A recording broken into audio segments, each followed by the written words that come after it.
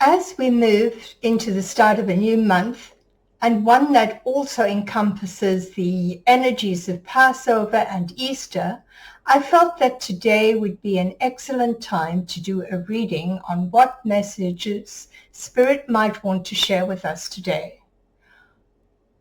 What does Spirit want to bring our attention to? Or what am I missing or not seeing? Or what do I need to know right now? So I have shuffled the cards pretty well off camera, but I'm going to start with the Tree of Life spread that I use, pulling one card from the Major Arcana for our pathway, and then a card for each of the Sephira on either side. So let's see which Major Arcana card wants to come forward this month. And there we have it. And it is the Hanged Man. The Hanged Man walks path number 23, the path of Mem. And this runs between the Sephira of Gevurah, the red one, and the orange Sephira Hod, both of which lie on the pillar of severity. The Hanged Man walks path number 23, which is called the path of Mem, which is related to water and describes the energy which has now become subtly tangible. This is raw energy which can be shaped, but it still lacks solidification. By following it this way, Mem has the virtue of consistency and describes a stable intelligence. The Hanged Man's journey through the Tree of Life represents surrendering control and letting go of attachments. This card can teach us to approach life from a different perspective and to surrender to greater forces that guide us on our path. The path of Mem is a reminder to trust in the natural flow of life and to let go of attachments that no longer serve us. An interesting card to come up at this time for sure. So let's have a look at the two Sephira on either side. Gevurah, Sephira number 5, is the red Sephira associated with Mars. It's also associated with the throat chakra, and it has the keywords of strength, severity, might, judgment, discipline, and karma. So this is the energy around which we're going to draw a card to see what might be contracting in our world today to fit in with what is happening with the Hanged Man. So which card wants to pop out today for the Sephira of Gevurah, please? Which card comes up for Gevurah, please? What? Okay, that one. Okay. The Nine of Swords. Very interesting. The Nine of Swords can relate to our darkest fears and has keywords like anxiety, doubt, resolve, and release. We know that the mind can be a very powerful weapon, and when we focus on the negative, we can become our own worst enemy. How does this relate then to the energies found in Gevurah, which include setting limits, saying no, seeking focus? Perhaps it is time for us to take personal responsibility and have the courage to see things clearly for what they are and practice forgiveness. It can be a chance for a new beginning if we do. This too could allow us to let go of the anxiety we'll associate with the Nine of Swords and move forward with positive action. So let's see which card is going to show up for the Sephira of Hod. Just one card, please. Which card? And there we have it. The Knight of Pentacles. The Knight of Pentacles. So let's keep in mind that the energy around the Sephira of Hod, with its keywords splendor, glory, determination, communication, initiative, is ruled by the planet Mercury. It has energies of acknowledging what is, accepting and giving way, having a greater truthfulness, a revealing of falsehoods and deceptions around us.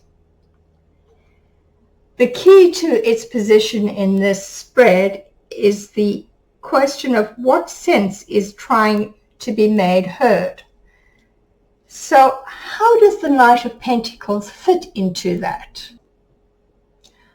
While knights are always about action, the Knight of Pentacles is the most deliberate moving knight of them all. It can be said to be one of the hardest working cards in the deck. It's someone who is reliable, who is unwavering, who will be persistent and determined to get something done. Although on a shadow side, this knight could be inflexible and a little bit stubborn. Perhaps we need to look at some of the shadow sides of the Knight of Pentacles for our answer. Here in a Sephira, where acknowledging what is, accepting and giving way is part of the energetic fabric, and the key to this position in the spread is the sense it is trying to make heard, perhaps it is time for us to look at where we're stuck. Are we being stubborn about what we are trying to achieve? Are we obsessive? Is it time for us to let go of what is not working and not just keep on working for the sake of working because you don't want to give up? Certainly, the Hanged Man's journey through the Tree of Life represents surrendering control and letting go of attachments. It also teaches us to take a different approach, look at things from another perspective, and surrender to forces that are greater than ours as they can guide us along our path. The path of Mem is a reminder to trust in the natural flow of life and to let go of attachments that no longer serve us. It teaches us to find strength and wisdom by letting go and trusting the universe. Let's see if the clarifiers can add a little more information. So, what else do we need to know about the Hanged Man, please? What else do we need to know about the Hanged Man, please?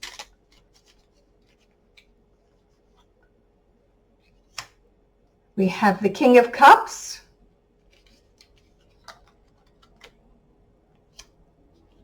the Six of Cups, and the Two of Pentacles. The King of Cups reminds us that we want to bring an attitude of calm, emotional balance to our deliberations, while the Six of Cups encourages us to do so with an open, generous heart, and the Two of Pentacles reminds us to remain flexible at all times. What else do we need to know about the Nine of Swords here? What else do we need to know about the Nine of Swords?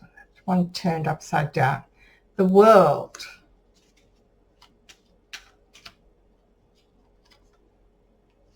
Strength.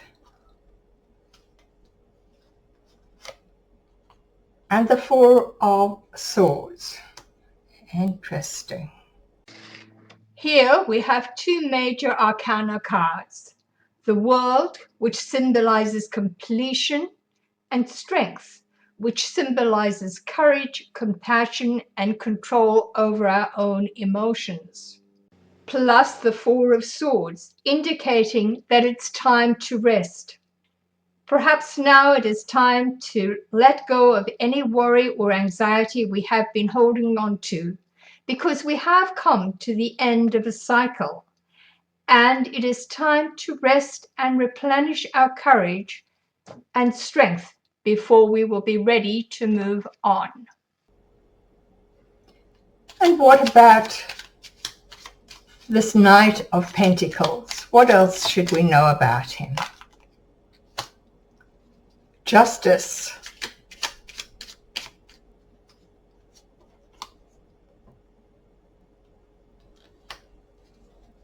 The Eight of Cups.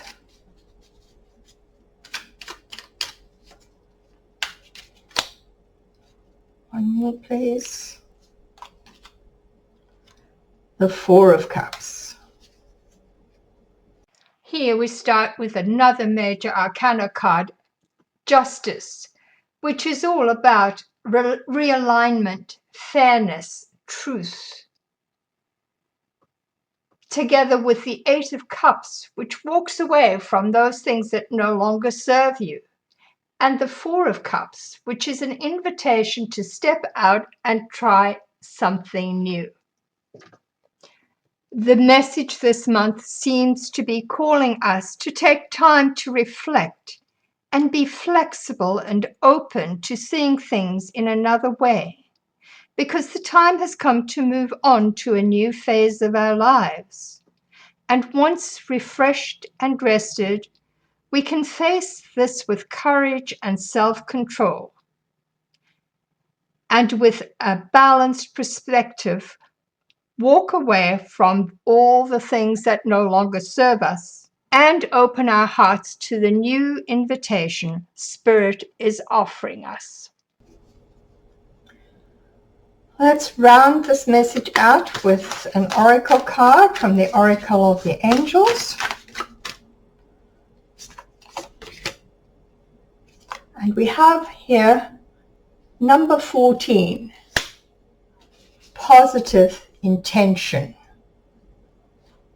The affirmation for this card is, I am aware of all that I create around me.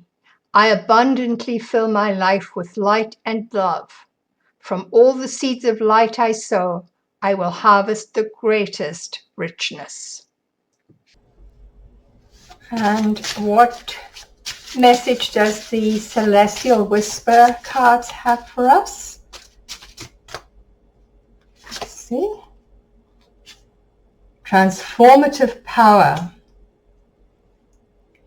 You hold the fire of becoming. Change begins the moment you choose to ignite it.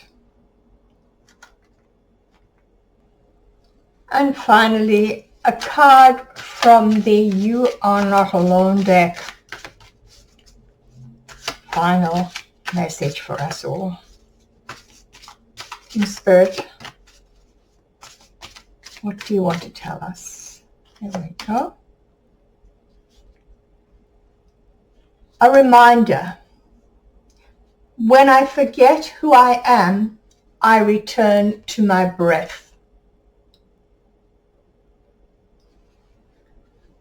A reminder to us all to remember who we are, where we come from, that we are all spirit having a physical experience here in the world. And while at times this can be challenging, Spirit is always available to help and support us moving forward. However, we do need to remember that we have to ask for help to be able to receive it. Sending you all love and light and many blessings.